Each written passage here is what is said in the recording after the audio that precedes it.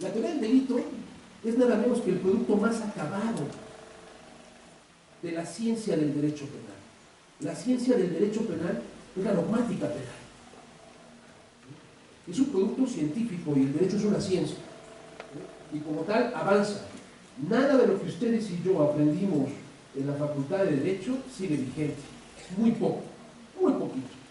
Quizás los fundamentos, los principios rectores de un derecho penal democrático, al que todavía estamos aspirando y que nos falta mucho. Esa dogmática penal ha creado sistemas para entender eso que se llama delito y que además en nuestra Constitución exige, por lo menos para vincular a proceso a una persona física o jurídica, que haya elementos para presumir que existe algo que la propia Constitución denomina el hecho que la ley señale como delito. Traigo una diapositiva en torno al hecho que la ley señala como delito y voy a dejar aquí claramente mi opinión expuesta. Regrésame la diapositiva, Sonia, por favor, que todavía no acabo. Gracias. Esa configuración del delito, la acción, la tipicidad, la antijuricidad, la culpabilidad, ha pretendido ser explicada por diversos sistemas. ¿Qué hacen los penalistas? Ustedes están aquí porque están vinculados al derecho penal. Este instituto está muy vinculado al derecho penal y yo también. Nosotros los penalistas lo que hacemos es aplicar un método. Toda ciencia tiene un método. Y ese método es el método dogmático y tiene 3 pasos. 3 pasos para conocer su objeto de estudio. El objeto de estudio de ustedes y el mío es la ley penal. ¿Y cómo abordamos ese conocimiento? ¿Y cómo tienes que hacerlo? Lo primero que hacemos es el primer paso de este método dogmático, un método científico que tú estás obligada éticamente y obligado éticamente a aplicar, es la interpretación. El penalista va hacia el objeto de conocimiento, que es la ley, y lo lee. Y lo primero que hace es interpretarlo. Comete el delito de homicidio quien priva de la vida a otro.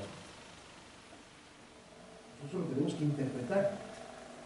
Y para interpretarlo, la teoría del delito lo que hace es el segundo paso del método dogmático.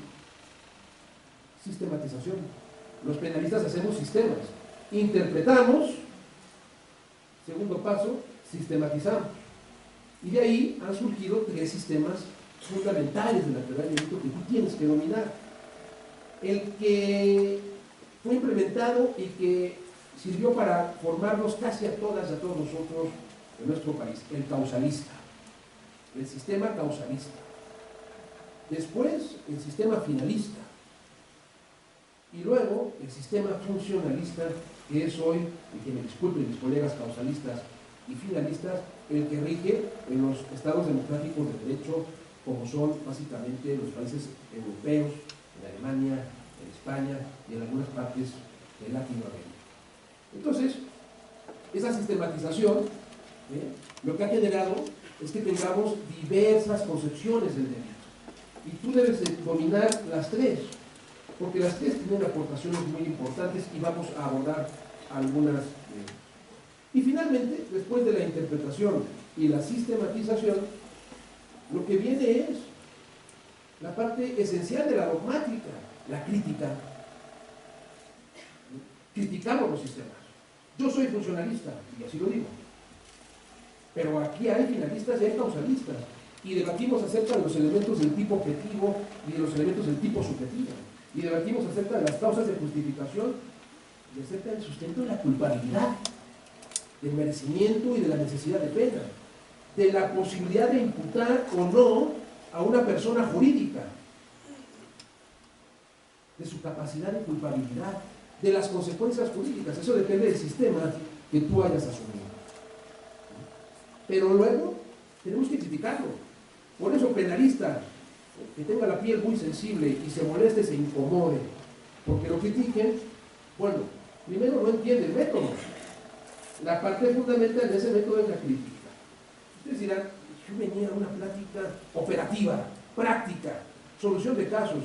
Sí, pero la solución de casos en teoría es muy peligrosa. Primero hay que sentar las bases y ustedes podrán preguntar y cuestionar, interrogar acerca de la solución de casos prácticos, los que lleves en tu despacho, los que lleves en la agencia del Ministerio Público, podrás exponerlos el día de hoy. Entonces, esa crítica lo que genera es el avance científico, es una perspectiva popperiana, ¿no? Yo te critico, tú aceptas la crítica y vas mejorando. Lo mejor que puede hacer una alumna o un alumno en su tesis de maestría, en su tesis de licenciatura, en su tesis doctoral, es que un buen amigo le lea la tesis para que se la critique, ¿no? Llega por aquí, vas a fracasar. Eso es lo mejor que te puede pasar. Son los 3 pasos del método dogmático y de ahí surgen los 3 sistemas. La siguiente, por favor. Bueno, ¿y qué es la dogmática penal?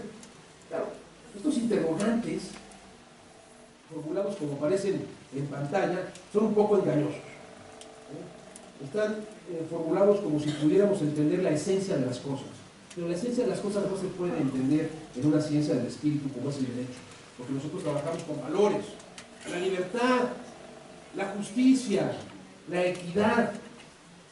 Nadie la conoce. Debatimos acerca de sus contenidos y hacemos opiniones defendibles. Pues eso hace la dogmática. La dogmática interpreta, ya lo habíamos dicho, sistematiza, elabora y desarrolla disposiciones legales, sistematización, elaboración y desarrollo de las disposiciones legales y de las opiniones de la doctrina científica en materia penal. Nada mejor que un agente del Ministerio Público, que una jueza, que un magistrado, antes de resolver, dé una buena leída a una obra específica del tema que se ocupa. Porque si ustedes me preguntan, la forma más confiable de sustentar una resolución ministerial o judicial, ciertamente puede ser la jurisprudencia, pero yo tengo más confianza en la doctrina. Hay una jurisprudencia reciente que pretende explicar qué es el hecho que la ley señale como delito, exigencia para vincular a una persona, según el Código Nacional de Procedimientos Penales, y ha sido destrozada por la academia.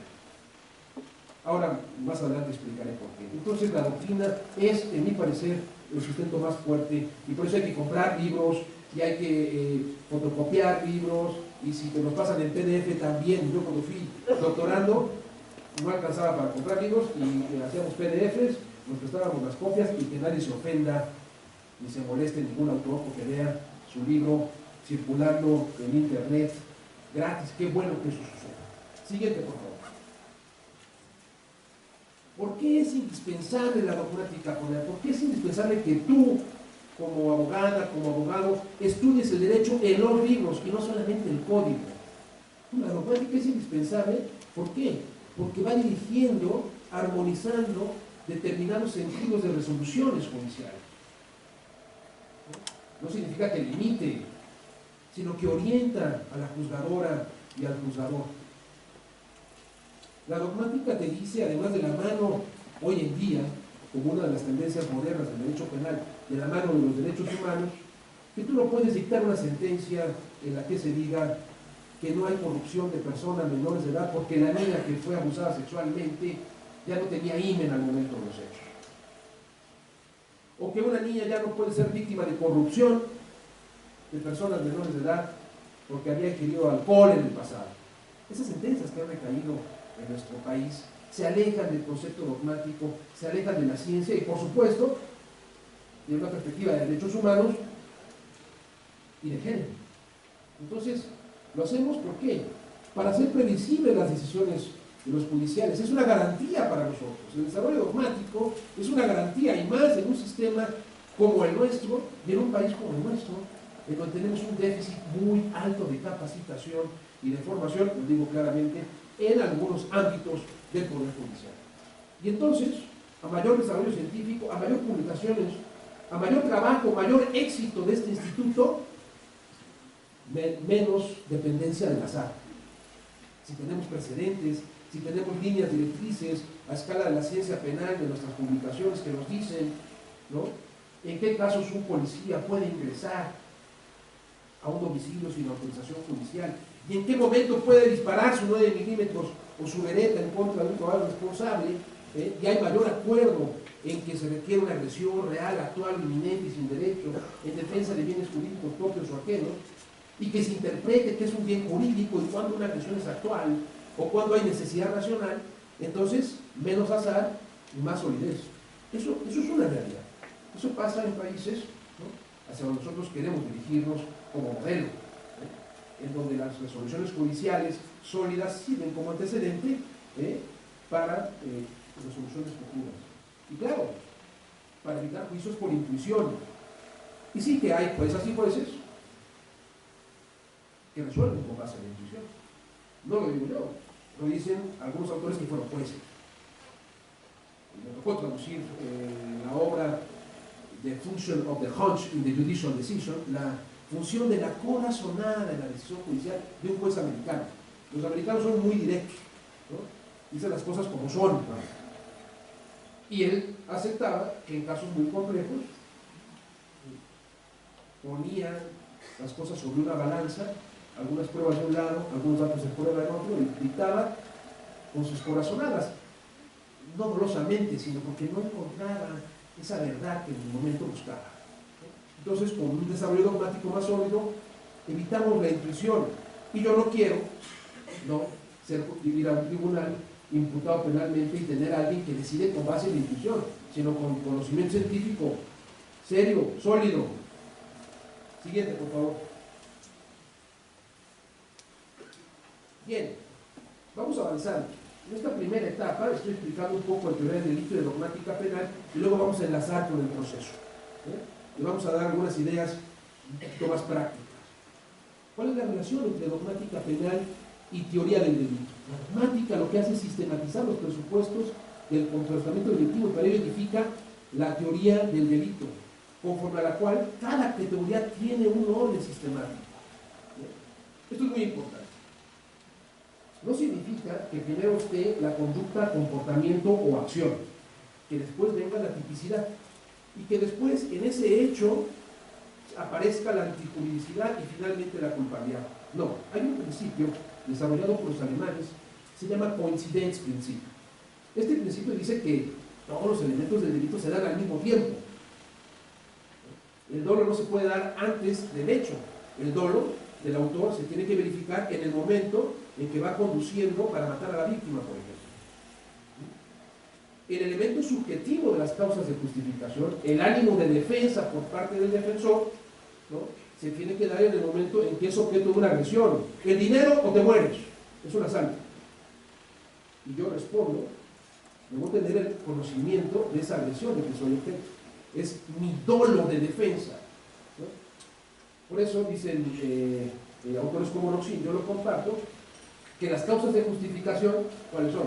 Legítima defensa, estado de necesidad, cumplimiento de un deber, ejercicio de un derecho y consentimiento, también son tipos penales porque también tienen dolo. Nada más que es un dolo al revés, es un dolo de justificación. Y hay que entrar al estudio. Y aquí hago una pausa. Tenemos una tendencia en nuestro país, es una tendencia de corte político criminal porque viene desde el legislativo. La política criminal la ejerce básicamente el poder legislativo, que es quien hace las leyes, el Gesetzgeber, ¿no?, el que da la ley, para facilitar la tarea a los órganos de procuración e impartición de justicia.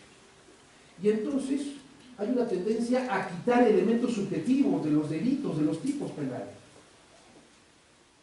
Lo que no saben es que se están poniendo en peligro, porque puede ser entonces que cada vez más nos acerquemos del derecho penal hacia un derecho administrativo, en donde no se exige dolo, hacia un derecho civil, hacia la policialización del derecho penal.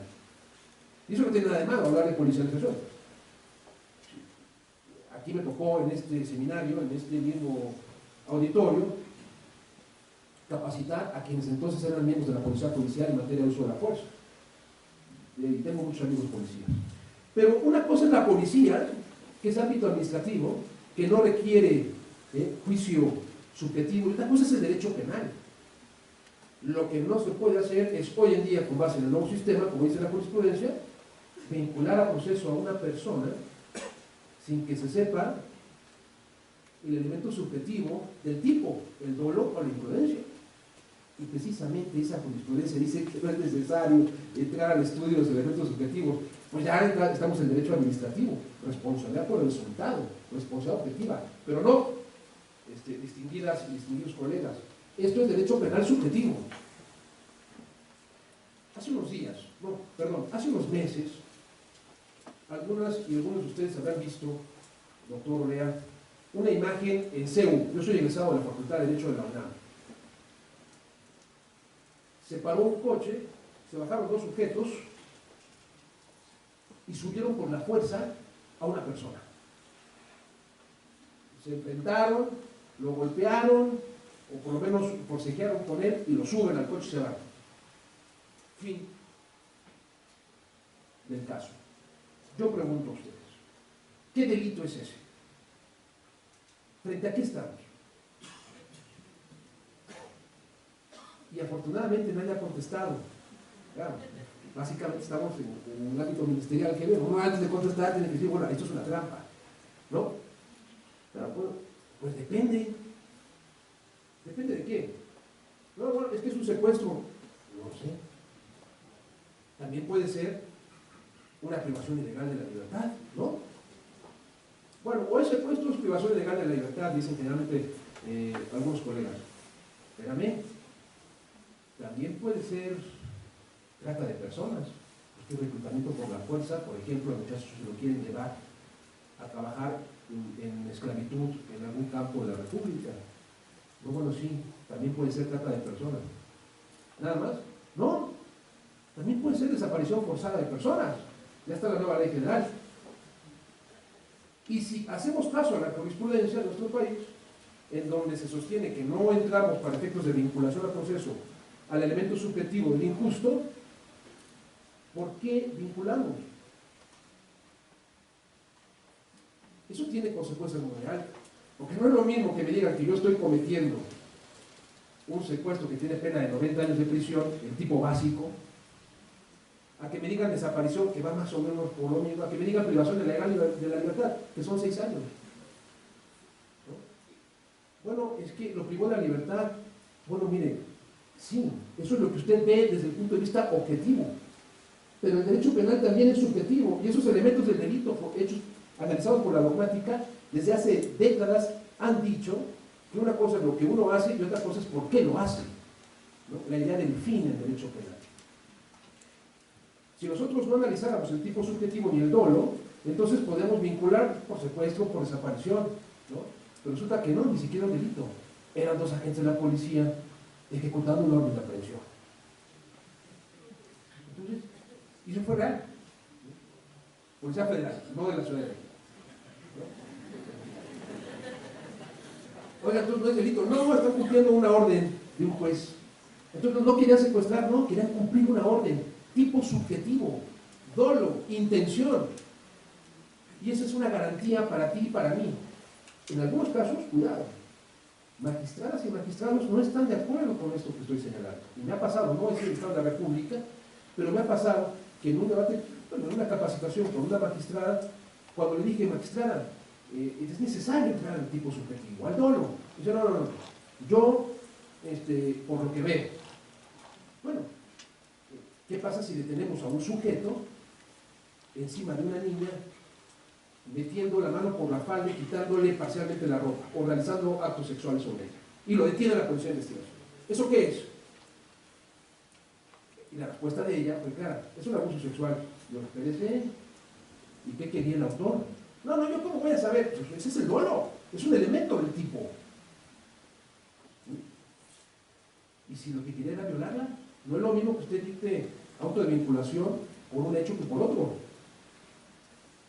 Pues no estoy de acuerdo. Le digo, bueno, entonces finalmente, y por eso termino los ejemplos y seguimos en la diapositiva, le dije a la magistrada, le digo, mire magistrada, ya estaba sentada frente a mí.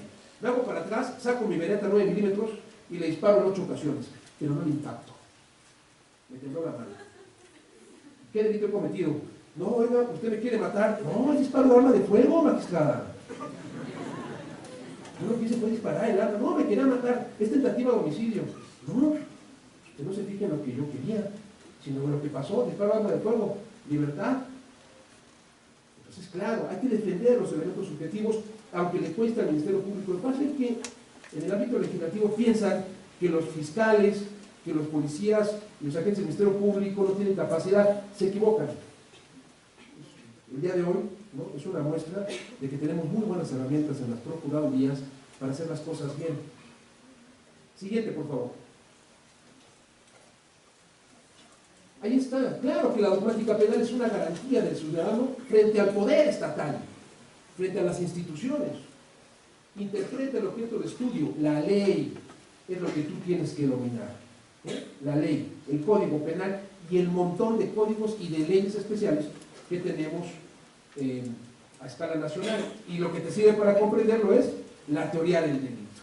Siguiente, por favor. Ahí están los pasos del método dogmático para quienes quieran observarlos, ¿no? Como lo dije, primero, interpretación ¿de qué? Del objeto de estudio. ¿Cuál es el objeto de estudio? La ley. Segundo, sistematización. Yo sugiero, la verdad, que sí dominemos los sistemas causalista y finalista, pero que vayamos avanzando hacia un funcionalismo. ¿Por qué? Lo voy a explicar más adelante. Este es el funcionalismo, el roxiniano, el que crea Roxin, que aquí vino con el apoyo del procurador Mancera a dar una conferencia sobre imputación objetiva. Aquí estuvo. Lo que ha hecho es un sistema para resolver problemas en la práctica. Si el derecho penal, los sistemas, lo que tú estudias aquí, no estaba para otra cosa más que para resolver problemas en la práctica. Si tu sistema, si tu teoría no sirve para resolver problemas, no sirve entonces ni como tesis de maestría. Recuerdo muy bien, espero que lo platiqué, el día que me presenté por primera vez en el Instituto de Derecho Penal de Múnich, el profesor Roxin, un tipo de 2 metros, tiene ya hace muchos años. Yo no lo conocía físicamente y cuando entré, señor Tiberos, bienvenido, muchas gracias. ¿Qué problema quiere resolver? Espéreme tantito, maestro. Bueno, un problema de imputación objetiva, que al final fue mi tesis doctoral. Tienes que resolver problemas en la práctica, ¿no? Y el Código Nacional de Procedimientos Penales ha incurrido en un grave problema. Ha introducido el legislador criterios penales que no deberían estar ahí, porque ya están en los códigos penales y los ha introducido mal. Vamos a verlos a continuación. Entonces, resolver problemas. Para eso estamos aquí. Siguiente, por favor. Ahí están los 3 sistemas que tú tienes que adoptar. Uno de ellos, por favor, y debe correr durante todo tu análisis en juicio. El causalista, que es un sistema parcialmente ciego. El finalista, que ha tenido grandes aportaciones, y hay estupendos finalistas en México, pero que hoy en día ha sido ya rebasado en Alemania. No hay finalistas en Alemania, ¿no? Ellos siguen sosteniendo que existen estructuras lógico-objetivas en su concepto jurídico penal de acción y que por ello las personas jurídicas no tienen capacidad de acción. Díganle eso hoy en día al empresario que le dice: oiga, me está imputando, me quiere imputar el Ministerio Público a mi empresa por lavado de dinero, venga y defiéndame. No, miren, es que el finalismo sostiene que no hay capacidad de acción. Yo no puedo defender, soy finalista. No, pero bueno, capacidad de culpabilidad tampoco, no son motivables. Oigan, esta es la realidad.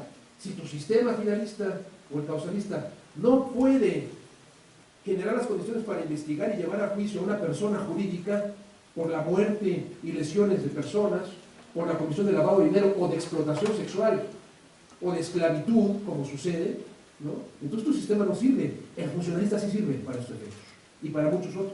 Resuelve problemas.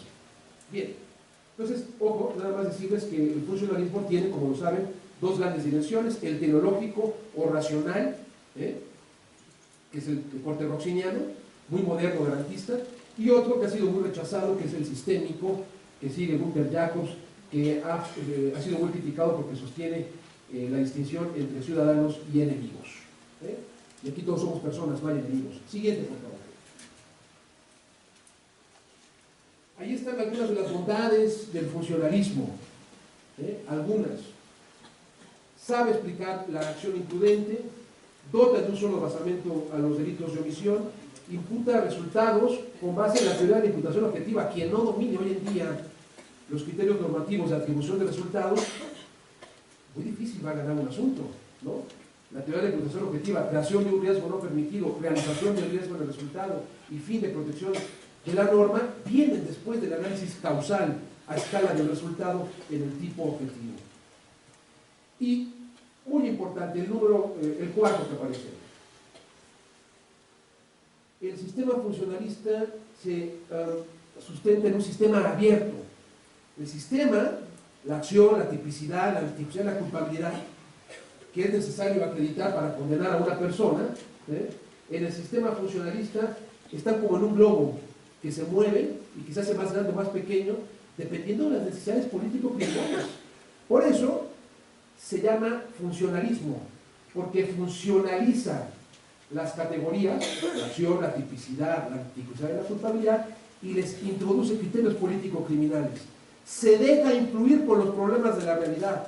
Resulta entonces que las personas jurídicas son las que más explotan a la niñez, porque utilizan medios de transporte, porque utilizan internet para reclutar a las niñas, y luego bares o restaurantes para explotar sexualmente y lavan el dinero de la explotación sexual en tasas de cambio.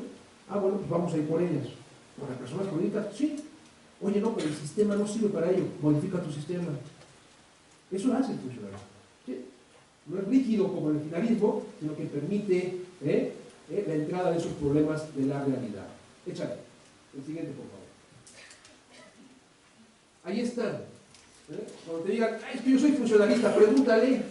Porque también hay de vez en cuando algún simulador. ¿Y qué significa funcionalizar? Es que mira, el funcionalismo es como un vaso de agua medio vacío, medio lleno. No, pero ¿qué significa funcionalizar? Eso es funcionalizar. Dotarlas de criterios políticos criminales extraídos de la realidad, como el tema del compliance criminal, como el tema de la imputación de las personas jurídicas, y como el tema de criterios de merecimiento y necesidad de pena que introdujo el funcionalismo a escala de la culpabilidad o la responsabilidad. Siguiente, por favor. Ustedes pueden tomarle foto, apuntar lo que quieran. Y bueno, acabamos esta primera fase de nuestra conferencia con 5 ejemplos de funcionalización de las categorías. Porque está muy bien decir qué es, pero hay que poner ejemplos, ¿no? El primero, para que haya tipicidad, ¿no? El funcionalismo exige la imputación al sujeto, la imputación mediante la teoría de la imputación objetiva. Los 3 elementos que ya dije, ahí está: creación de un riesgo no permitido, realización del riesgo resultado y fin de protección de la norma. Esto es muy sencillo, ¿no? Cuando uno pregunta en clase, si un boxeador mata a otro en el ring, ustedes están muy jóvenes, pero en mi época Lupe Pintor, por ejemplo, mató a un boxeador. ¿Eso es un homicidio, sí o no? Muchos dirían sí, ¿no? Porque yo diría no. Y la gran mayoría diría no, ¿por qué no lo llevaron a prisión? Entonces todos tenemos como con base en la intuición, porque no, el que mata a otro en el ring, no es un homicidio, pero hay que decir ¿por qué? El Ministerio Público, si dice eso no es delito, tiene que decir qué elemento falta del delito. Y ahí está el artículo 29 del Código Penal. Oiga, ¿no es delito? No, dígame por qué, pero referido al Código Penal. No me lo explique, dígame qué le falta. Si tú quieres dominar la teoría del delito, el primer paso es dominar el 29 del Código Penal de la Ciudad de México o el 15 del Código Penal Federal. Porque ahí vienen los expedientes de responsabilidad penal. ¿Qué tiene que hacer el Ministerio Público? Que no aparezca ninguna de esas que aparece ahí: ausencia de conducta, atipicidad, causa de justificación, exclusión de la culpabilidad, error de tipo, error de prohibición. Eso excluye el delito, ¿no? Si no aparece ninguna de esas hipótesis, entonces tenemos delito. ¿Qué falta en el caso del boxeador que golpea? El dolo. Pues no, porque el chiste era golpear. De hecho, terminan todos lesionados con los ojos inflamados. ¿No serán lesiones? No, tampoco son lesiones. Consentimiento, una causa de justificación. No, porque nadie puede consentir en su propia muerte. Ejercicio de un derecho. No, nadie tiene el derecho de matar. Legítima defensa. Pues no, porque eso no es una agresión, se hace en el marco de un deporte. Lo que falta es el resultado. Lo que falta es la tipicidad. ¿Por qué? Porque esa acción se hace en el ámbito del riesgo permitido mediante una serie de estándares bien establecidos por la Comisión Mundial de Boxeo.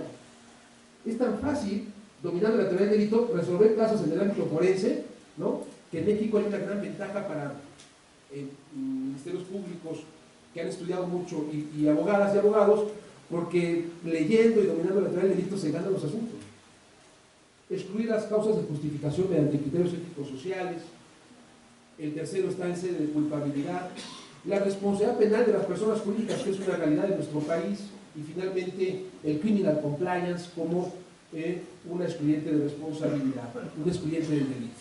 Los programas de cumplimiento normativo al interior de las empresas hacen que éstas actúen en el ámbito del riesgo permitido y con eso se excluye la tipicidad, fracción segunda del 29. Así hay que explicarlo. Así hay que explicarlo. Siguiente, por favor. Ahí están las categorías del delito según la postura funcionalista, ¿no? Tipicidad, antipuricidad y culpabilidad. Cada una tiene una configuración muy compleja y yo diría que la más compleja de todas es la tipicidad, porque se ha incluido todos los criterios de imputación, también de exclusión de la víctima. Por ejemplo, en el reciente caso del BMW, en donde acaba de caer una sentencia condenatoria, que fue aplaudida, yo tengo mis dudas,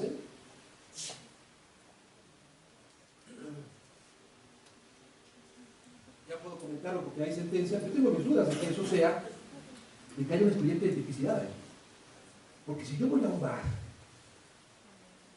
conozco a unos colegas, me tomo unos tequilas, todos nos emborrachamos, todos son adultos, no son incapaces, perdón, imputables, y todos dicen, vámonos a mi casa, yo tengo mi BMW, pues vámonos.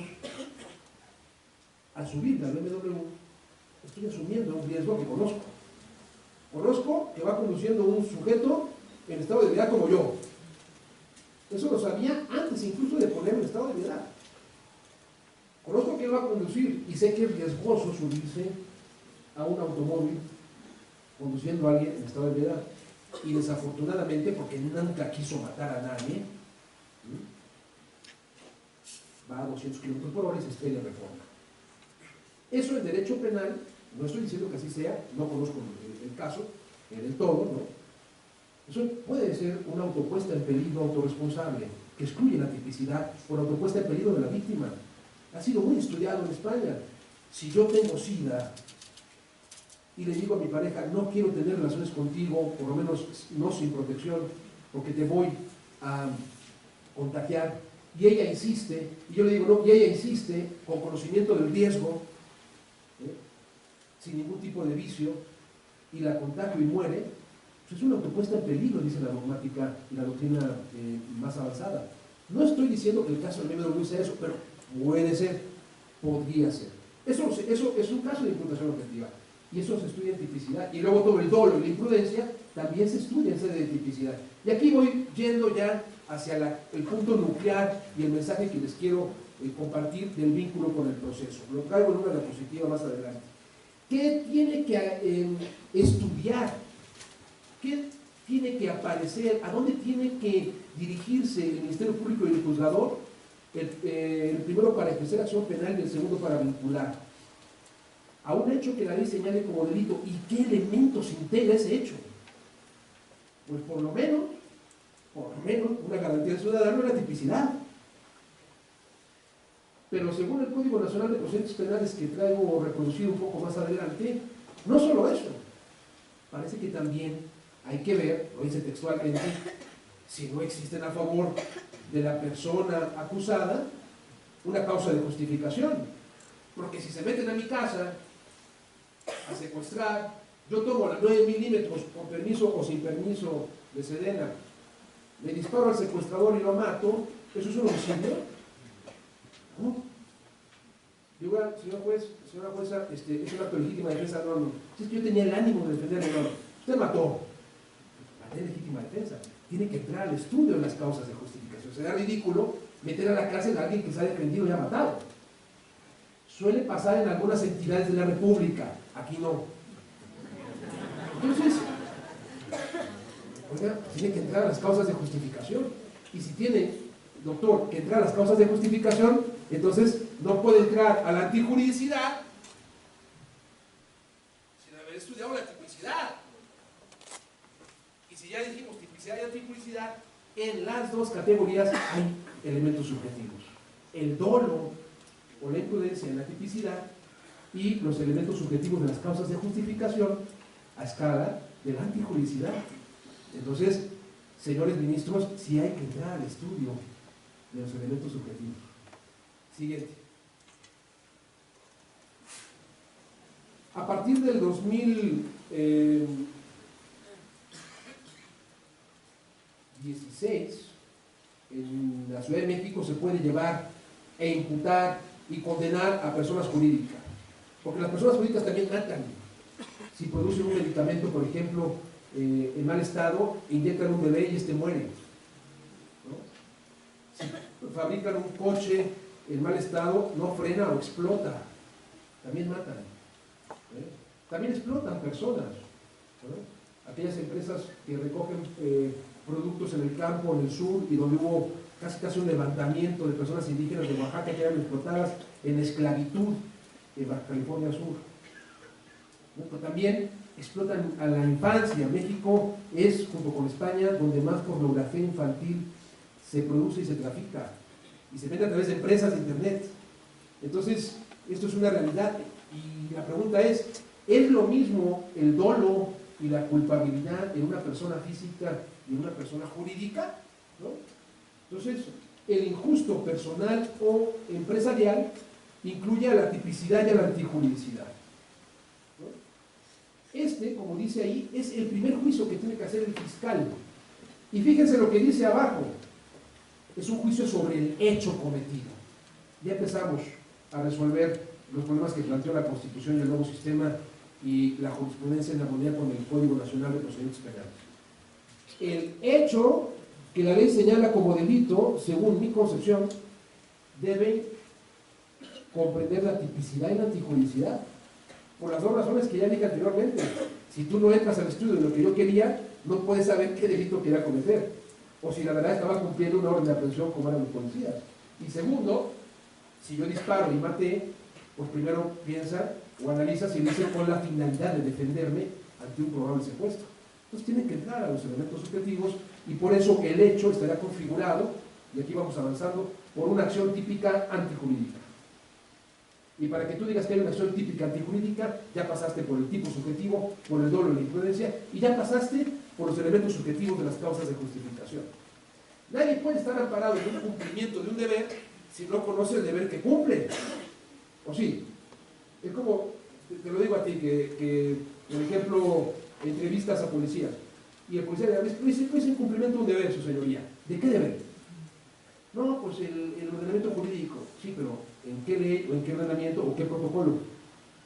No, señoría, no me acuerdo. No puede estar amparado en cumplimiento de un deber porque no conocía el deber que estaba cumpliendo. El ejercicio de un derecho, su señoría. ¿De qué derecho? No, pues tengo ese derecho. ¿Dónde está contemplado, señor? Usted solamente puede estar amparado por esa causa de justificación si conoce el derecho que ejerce. Si no conoce el derecho que ejerce, no puede estar amparado. En legítima defensa, ¿sabía que estaba siendo agredido? No, pero pues la verdad disparé, pensé. La legítima defensa. Ese es el primer juicio que analiza el fiscal, ¿no? Y si hay causas de justificación, para afuera, ¿no? Y lo hizo muy bien el procurador cuando en el caso de Yaquiri dijeron, no, bueno, se acreditó una legítima defensa, o por lo menos un atenuante. Siguiente, por favor. Este es el primer juicio. Y hay un segundo juicio, el juicio sobre la culpabilidad. ¿Ah? Yo sé que esto empieza a ser un poco aburrido, cansado, es la teoría del delito, ¿no? Podríamos poner aquí, pedirle al maestro que fuera el juez, está la maestra que era el Ministerio Público, aquí hay comandantes de la Policía de Investigación, y yo le hago de abogado y hacemos una obra de juicio oral, pero lo que vamos a decir cada quien, ¿quién sabe?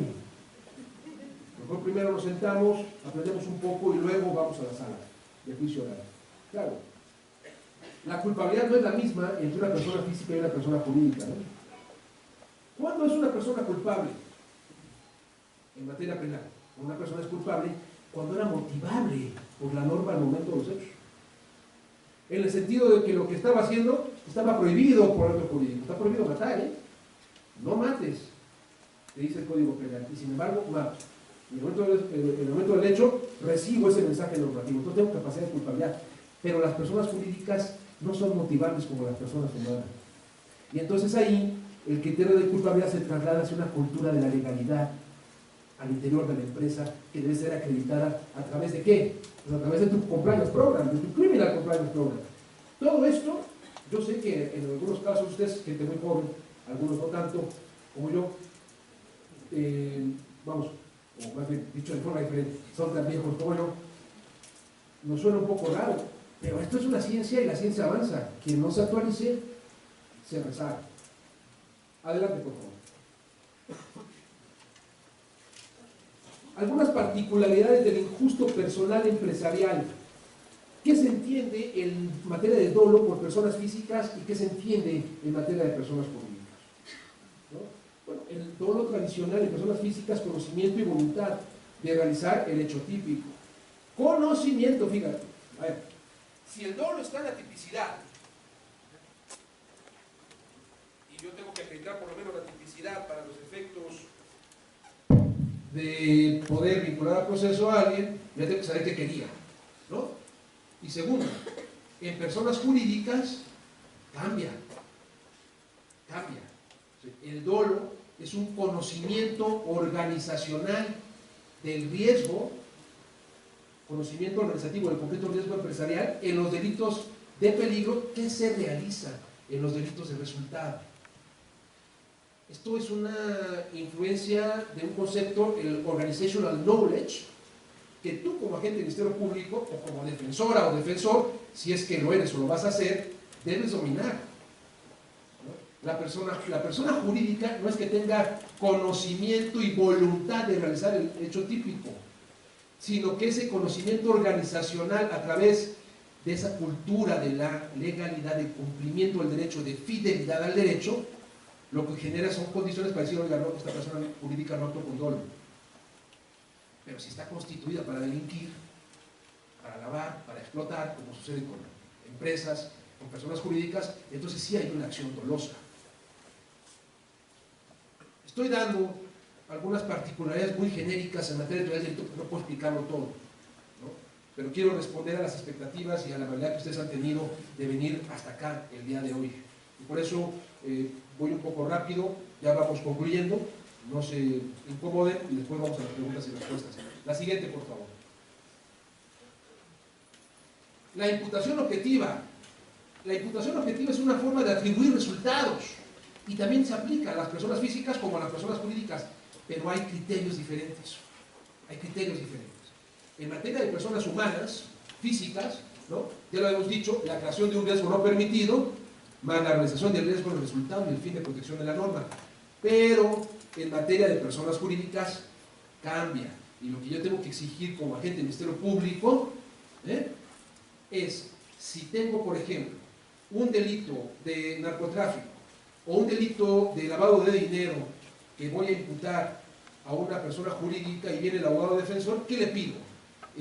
A ver, acredíteme que no hubo dolo, o acredíteme que no hay voluntad de realización del hecho en el marco del ente colectivo. No. Lo primero que tengo que hacer como agente del Ministerio Público es traerme su compliance program. Porque lo dice el Código Nacional de Procedimientos Penales. El Código Nacional dice, ¿no?, que se puede excluir, esa es la interpretación de la ley, la responsabilidad penal del ente colectivo si tiene programas de prevención delictiva al interior de la empresa. Esos programas de prevención delictiva al interior de la empresa son los Criminal Compliance Program o programas de cumplimiento penal. Mire, yo soy una persona jurídica leal al derecho, ¿no? Esto no fue un problema de mi empresa, sino que alguien de la empresa, defraudando las expectativas de su trabajo, se apoderó de ese dinero. Vaya usted e impute a esa persona física, pero no impute a la persona jurídica. Y entonces el programa de cumplimiento normativo, que tiene 5 elementos básicos, ¿no? Un diagnóstico de la empresa, tú como Ministerio Público tienes que pedirlo. A ver, tráigame su programa de cumplimiento, hijo. Sí, su diagnóstico. 2, sus protocolos elaborados con base en ese diagnóstico. 3, acredíteme que capacitó al personal con base en esos protocolos que se hicieron con base en ese diagnóstico. Luego, un canal de denuncias interno que permita a las personas que trabajan en ese ente colectivo denunciar, por ejemplo, que el jefe le está pidiendo dinero. o le está diciendo no introduzcas ese cheque o guarda o dame ese $1.000.000 en efectivo y yo lo guardo. Eso atenta en contra de los protocolos. Yo puedo denunciar de forma anónima el hecho que atenta en contra del programa de cumplimiento. Y finalmente un compliance officer, un oficial de cumplimiento que se encargue de verificar que en esa empresa se cumple el compliance. Si la empresa te presenta eso, bien hecho, y además se aplica en la práctica, se excluye, ¿qué? La imputación, y se excluye el resultado, y entonces aplico el 29.2 del Código Penal, hay atipicidad. Un buen programa de cumplimiento al interior de una empresa, lo que hace es excluir la tipicidad. Esto no es doctrina mayoritaria en España, de hecho es minoritaria, pero afortunadamente la doctrina que siguió el Tribunal Supremo Español para los efectos de resolver ya en sentencia casos de personas jurídicas. Si alguien está interesado, por favor que se ponga en contacto con la coordinación del instituto. Yo tengo esas sentencias en digital, las puedo mandar aquí para que se distribuyan a quienes tengan interés. Pero es muy bueno tener antecedentes a escala internacional de resoluciones judiciales vinculadas a estos temas, porque sirven para eso. Pues acuérdense que, no alcanza a nivel español, pero acuérdense que a partir del 2011, con la reforma constitucional en materia de derechos humanos, las juezas y los jueces ya no son juezas y jueces del Distrito Federal, ni de Quintana Roo, ¿no? Son juezas y jueces interamericanos. Y están obligados a aplicar la jurisprudencia interamericana. Y entonces el panorama se abre. Ese es otro déficit que tenemos los de mi generación, que nunca fuimos formados en derechos humanos, máximo en garantías individuales, con todas las consecuencias. Ustedes son muy jóvenes, ¿no? Y seguramente ya fueron formados con esa perspectiva, por lo cual no voy a insistir en ello. Bien, échale la siguiente, por favor, para no tomar mucho tiempo. Y ahora nos vamos a las particularidades de la, son solamente dos diapositivas, de la culpabilidad personal y empresarial. Ya vimos el primer juicio, ¿qué hace el juez? Perdón, ¿qué hace el juez y el Ministerio Público? ¿Qué es el juicio sobre el hecho? ¿No? La tipicidad y la antipublicidad. Ahora lo voy a acreditar con base en el Código Nacional de Procedimientos Penales. Pero después hay un segundo juicio. Para que haya delito, tiene que haber culpabilidad. No basta con el puro resultado, tiene que haber una persona culpable. En materia de personas físicas, ya lo habíamos visto, el fundamento de la culpabilidad es la motivabilidad. Cuando no hay motividad y por lo tanto no se es culpable en materia penal, cuando estoy en un error de prohibición invencible, cuando actúo en un estado de sociedad exculpante, cuando estoy en el marco de una no exigibilidad de una conducta, cuando hay un caso de inimputabilidad, ahí no hay motivabilidad, ¿no? Pero en personas jurídicas esto cambia, y el fundamento de la culpabilidad empresarial es el déficit de la cultura empresarial de fidelidad al derecho. Y eso se acredita a través de datos de prueba. También el programa de cumplimiento sirve para esos efectos, ¿no? La teoría del compliance empresarial es parte del futuro del derecho penal y yo los invito y las invito a que se introduzcan en esa dimensión, porque los grandes delitos que afectan a la humanidad básicamente están cometidos por personas jurídicas. Piensen en el caso de la Volkswagen y el daño ambiental a escala mundial a través del fraude que se hicieron en sus motores para demostrar que contaminaban menos de lo que eran. ¿Y cuánto están pagando en multas en Estados Unidos? Es un delito ambiental. Piensen en el lavado de dinero. El lavado de dinero no lo hace el señor Juan Gómez González, lo hace toda una estructura empresarial, ¿no? También el narcotráfico, también la explotación sexual y la trata son personas jurídicas. Cada vez son menos los casos de grandes delitos cometidos por personas físicas, aunque siguen, claro, los delitos sexuales y los delitos en contra de la vida y la integridad personal, por supuesto. El siguiente, por favor. Ahora entramos a la fase final de esta conferencia o de esta conversación entre teoría del delito y proceso. Y le he denominado a esta última dimensión problemas y soluciones. Se puede ver en sus caras, ¿no?, que cuando uno empieza a hablar de proceso, como que uno se aliviana. Ya vamos al proceso. Claro, tú puedes entrar al proceso penal después de saber y dominar el derecho penal. Si no, vas a confundir culpa con culpabilidad, ¿no? error de tipo con error de prohibición, autor con partícipe, tentativa con delito consumado, y eso te lo dice el derecho penal, la teoría del delito. Pero ahora vamos a entrar a esa vinculación, y cada vez es más fuerte, porque desafortunadamente, en el marco de la expedición del Código Nacional de Procedimientos Penales, yo no sé por qué, se introdujeron rubros absolutamente penales,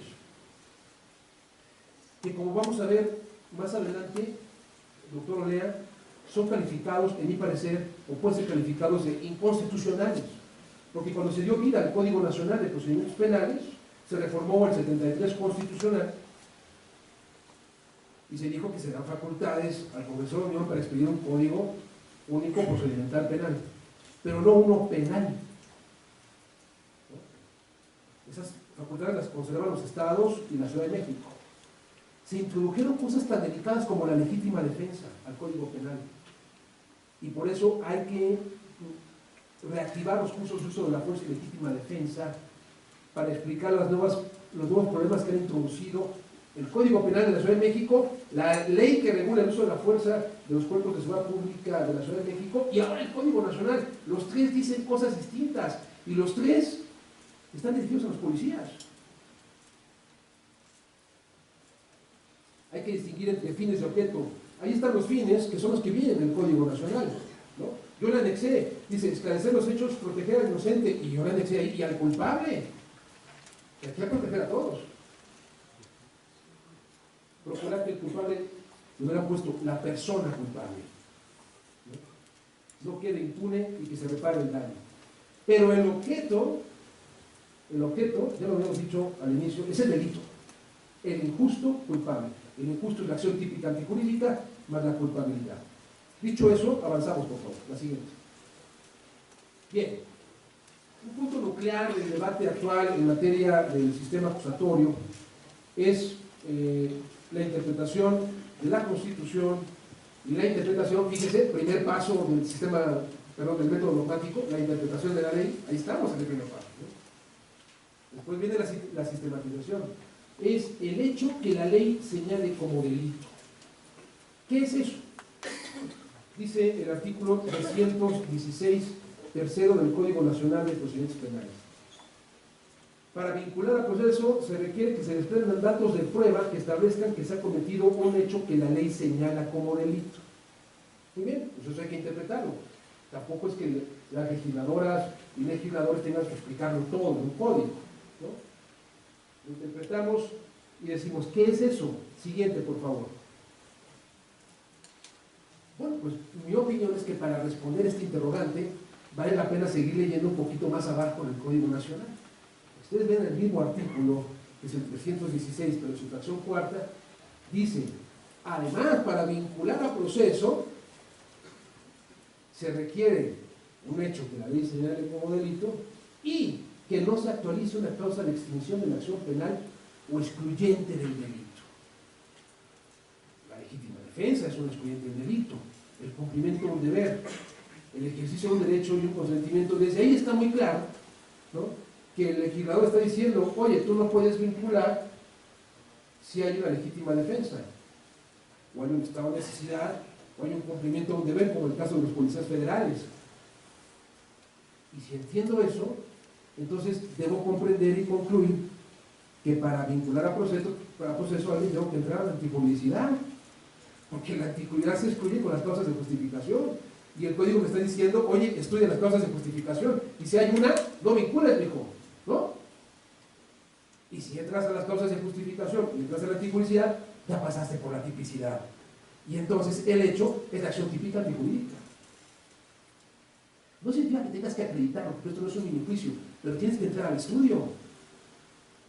Si yo entro y veo que no hay dolo, o más bien veo que hay un dolo diferente, una intención diferente del sujeto, no de violar, sino de abusar solamente sexualmente, entonces ese es el objeto en el cual voy a fijar mi resolución judicial. O, por ejemplo, si veo que mató en legítima defensa en contra del violador, pues excluyó el hecho, claro. Las causas de justificación excluyen el hecho. Y ya lo dijimos antes, no estoy inventando, porque dijimos antes que el hecho es el injusto y se construye mediante la acción típicamente jurídica. Nadie de los especialistas, sí los hay en México, por los que he comentado, está de acuerdo con esa jurisprudencia antigarantista que sostiene que se puede vincular a una persona sin entrar al estudio del dolo. Siguiente, por favor.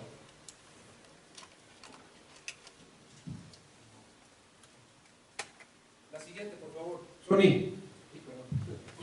Es que nos conocemos de cuando trabajaba yo aquí, entonces por eso, ¿no? Bueno, de hecho a Sony, que es la que maneja todo, perdón, yo la traje y te la quedaste aquí, pero esa era mi remuta porque el señor doctor y yo fuimos los dos directores, él de capacitación y yo de investigación en el INACIPE. Hay contradicciones entre el Código Nacional de Procedimientos Penales y los códigos penales, y elegí algunos, especialmente porque aquí se forma a la mejor policía de investigación del país y están teniendo problemas.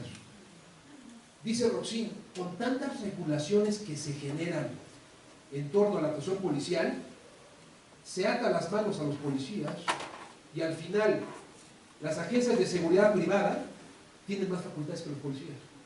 Fíjense, ¿qué contradicción? Voy a señalar, hay muchas, Esto da para una reforma. ¿Qué contradicción podemos ver ahí en el ámbito policial? El ingreso de una autoridad a lugares cerrados sin autorización judicial. Es el artículo 290.1. Dice, sea necesario para repeler una agresión real, actual y sin derecho que ponga en riesgo la vida, la integridad o la libertad personal. Esto es falso. Esto es insostenible. Esto se debatió en aquel foro que les dije en 2007. Sí, 2007.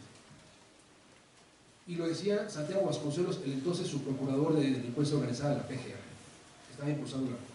Aquí estuvo. O sea, no, hay que poner en la Constitución que la policía puede ingresar a un domicilio sin autorización judicial. Y aquí mismo le dijimos, oye, pero eso no es necesario, ya lo sabemos todos. Yo también. En legítima defensa. Si hay un caso, una agresión real actual, si se puede matar, también se puede ingresar a un domicilio sin autorización judicial. No es necesario. ¿Qué pasó? Impulsaron eso y ahora el Código Nacional lo que viene es a decir una locura. Porque si a mí me dan una clase aquí en el FP, me enseñan esto, soy policía de investigación, digo, bueno, pues si el 316, perdón, el 291 dice que solamente puedo entrar a un domicilio sin autorización judicial cuando el titular me dé su consentimiento, claro está, es la fracción siguiente, o cuando yo pueda repeler una agresión en contra de la vida, la integridad o la libertad personal, quiere decir que se están robando o no. O se están cometiendo cualquier otro delito que no sea en contra del bien jurídico vida, en contra del bien jurídico integridad o en contra del bien jurídico libertad, no pueden entrar. ¿Por qué? Porque lo dice el Código Nacional. Oiga, están asaltando ahí, están robando, ahí están.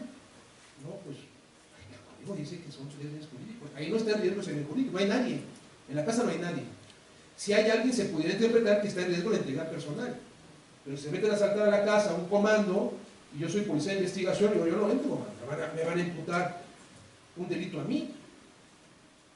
¿Por qué? Pues porque el código quiso incorporar ilegítimamente algo que ya está en la fracción cuarta del 29 del Código Penal.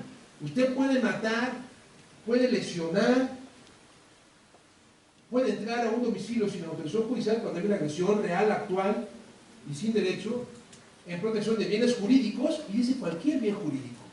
Bienes jurídicos es cualquiera, siempre que exista necesidad nacional del medio empleado y otros requisitos que por cierto ni siquiera vienen aquí, entonces una legítima defensa incompleta. Problema para la policía, ¿qué hacemos? Eso es lo que está generando el Código Nacional. Si de por sí se critica y se cuestiona a la policía de este país todo el tiempo, pero no se le dan las herramientas necesarias, y el legislador se equivocó aquí, y los asesores penalistas que por cobrar un cheque quisieron ingresar temas penales que ya están vigentes en el Código Penal, ponen problemas a la policía. Siguiente, por favor. ¿Hay una inconstitucionalidad del Código Nacional de Procedimientos Penales? Yo creo que sí. ¿En qué casos? Ahí está. Vamos a ver. Si el 29 del Código Penal me dice cuáles son las causas excluyentes de responsabilidad penal, ¿qué tiene que venir el Código Nacional a decírmelo de nuevo y a decirlo de forma diferente? Por eso me dice un colega magistrado en Michoacán, ya no sé qué aplicar. Si el Código Penal de Michoacán, que contiene también las causas de justificación, o las experiencias de responsabilidad, o el Código Nacional. La verdad me dice, aplico los dos, cito los dos, para que no se caiga en resolución judicial. Esto es un rubro penal, y puede ser tachado de inconstitucional porque el 73 dice, para un código de procedimientos penales, no para un código penal. Eso, las experiencias de delito, es materia sustantiva. Peor aún, ya están los códigos. Y están en algunos redactados de forma diferente. La propuesta es derogar todo lo que acabo de decir de legítima defensa, los ámbitos penales, y no pasa nada. ¿Por qué? Porque están contemplados en los códigos penales de cada estado de la República. Peor aún, el artículo 405, en el caso de la sentencia absolutoria, carece de sustento constitucional. El artículo 73 te dice en dónde se ubican y qué excluyen las causas, las experiencias de delito. Eso es materia penal, nuevamente inconstitucional desde mi punto de vista. La siguiente, por favor.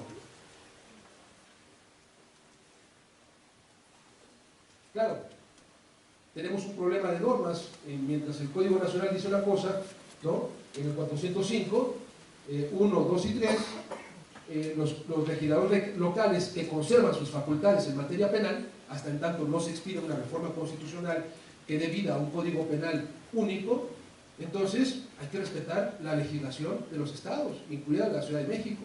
Esta es un arma que se le está dando, así pasa, a veces hacen cosas a favor del Ministerio Público, a veces a favor de los litigantes, pues de los defensores, ¿no? Siguiente, por favor. Lo mismo, en mi parecer, sucede con los criterios de individualización judicial de la pena contemplados en el Código Nacional, en el artículo 410, que además de ser materia penal y no procesal, ya está contemplado de manera más amplia en los códigos penales de toda la República, incluido el federal. ¿Qué caso tiene?